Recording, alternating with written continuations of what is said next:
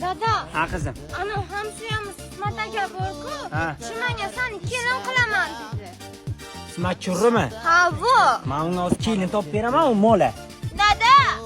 U yana siz bilasizmi nima dedi? Nima deydi? Husi kapak dedi.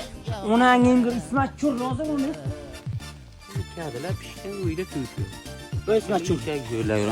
Ha? Nima men qizim sen kelin qilaman deb gapirding? Hay nima bo'libdi? Nima bo'ldi? To'q qo'yganmisan?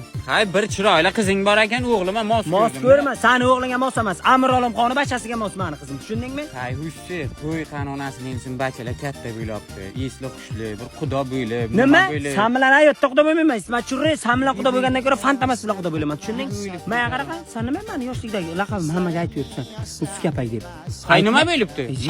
Men laqabim sharmanda qilib tashlading-ku, Ismat churri deb. Yana bir marta aytsan, keyin ko'raman seni. Ismat churri. Usti kapak laqabingni televizorga chiqaraman, tushunmi? Sen endi odamman, seni ustingdan yozaman. O'zi 10 sotiq yering bor, 5 sotiqqa soliq to'laysan. Seni ustingdan yozib, qamataman seni, harom. Bevafolar sorlaganda oftobim